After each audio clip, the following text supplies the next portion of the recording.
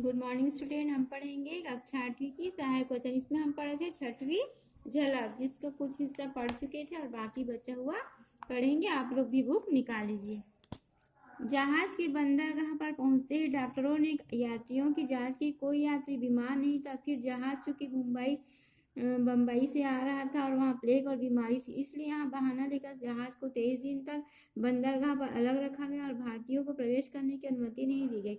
डॉक्टरी मत से प्लेग के कीटाणु 23 दिन तक कायम रहते। यह आदेश आरोग्य की दृष्टि से नहीं लिया गया था, गोरों के विरोध आंदोलन के कारण लिया गया था। भारतीयों को वापस भगाने की एक चाल थी। डरबन के गोरे बड़ी बड़ी सभाएं कर रहे थे। सेठ अब्दुल्ला को डराया धमकाया जाता था। यह लालच भी दिया जाता था, परंतु सेठ धमकियों से डरने वाले नहीं थे। 23 दिन तक निर्धारित समय बीत जाने पर डरबन के नाविक और उनके वकील मिस्टर लाटेन जहाज पर और भारतीयों को उतरने के लिए प्रोत्साहन देने लगे। यात्री उतरने लगे, परंतु गांधी जी को सरकार ने संध्या तक न उतरने की सलाह दी, क्योंकि गोरे बहुत उग्र हो रहे थे।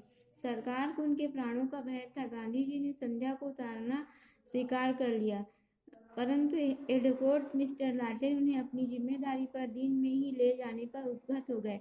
जहाज के कप्तान से विदा लेकर गांधी जी मिस्टर लाटेन के साथ अपने मित्र रुस्तम जी के मकान की ओर चलने लगे। गोरे लड़कों ने उन्हें पहचान कर गांधी गांधी की आवाजें लगाई।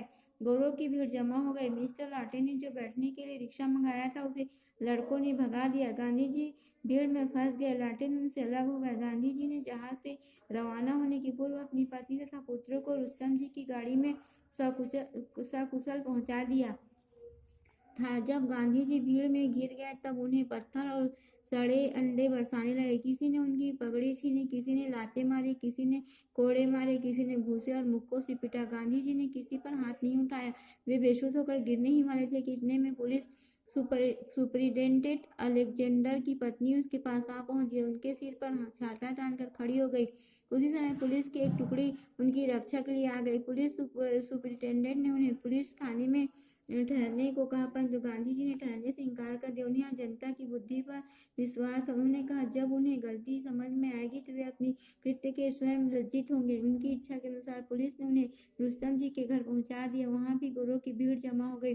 गांधी जी कहाँ है, उसको निकालो की आवाजें सुनाई देने लगी। जब पुलिस ने गांधी जी को समझाया कि आप मित्र के मकान से छद्म वेश में निकल कर बाहर जाइए, अन्यथा भीड़ मकान को जला देगी। मित्र के मकान की रक्षा को ध्यान में रखकर गांधी जी पुलिस कांस्टेबल के वेश में छिपकर निकल गए। 2 जासूस भी उनके साथ हो लिए।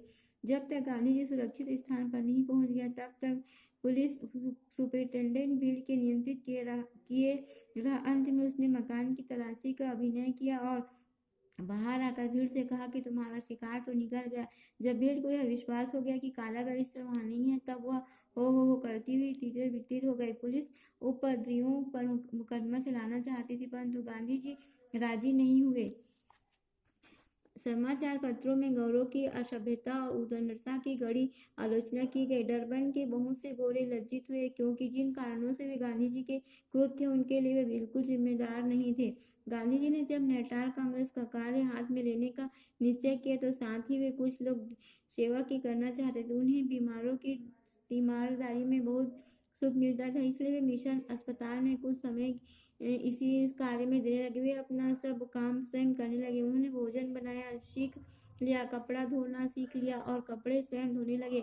यद्यपि उनके लड़के अंग्रेजी ढंग से रहते थे, फिर भी उन्हें वे अंग्रेजों के मिशन स्कूल में पढ़ाने के पक्ष में नहीं थे, अतः उन्हें घर पर ही पढ़ाने का प्रबंध किया गया। गांधी जी ने सेवा भावना प्रबल था, इसका प्रमाण बोअर युद्ध में सभी को मिल चुका था। युद्ध समाप्ति के बाद उन्हें रोगियों की प्राकृतिक चिकित्सा करनी प्रारंभ कर दी। कुछ ऐसी घटनाएं भी हुई जिनके कारण लोग आश्चर्य करने लगे और गांधी जी में विशेष रूप से परमात्मा की शक्ति देखने लगे। एक मरणासन लड़की की गांधी जी ने चिकित्सा की। जब वह अच्छी हो गई तो लोगों ने उन्हें जादूगर समझ लिया। गांधी जी ने लोगों को समझाया, न मैं कोई जादूगर हूँ और न कोई महात्मा। लड़की को मैंने एनिमा दिया था, इससे उसके शरीर का विकार निकल गया और वह अच्छी हो गई। गांधी जी एनिमा, टब स्नान, मिट्टी की पट्टी, संतुलित भोजन और उपवास आदि के द्वारा रोगियों की चिकित्सा करते थे। बोअर युद्ध की समाप्ति पर कुछ समय उन्होंने रोगियों की सेवा की और फिर भारत लौटने की इच्छा प्रकट की। प्रवासी भारतीयों ने बड़ी अनिच्छा से उन्हें जाने की अनुमति दी और उनसे यह वचन लिया कि जब उन्हें आवश्यकता होगी तो उनकी सहायता के लिए अफ्रीका पुनः लौट आएंगे। प्रवासी भारतीयों ने विदाई के अवसर पर गांधी जी को अनेक प्रकार के उपहार भेंट किए। उनमें कस्तूरबा के लिए हीरे का एक हार भी था। गांधी जी उपहारों को ग्रहण करने के पक्ष में नहीं थे। उन्होंने जो उपहार प्राप्त किए उन्हें बैंक में रख दिया और उसका एक न्यास ट्रस्ट बना दिया।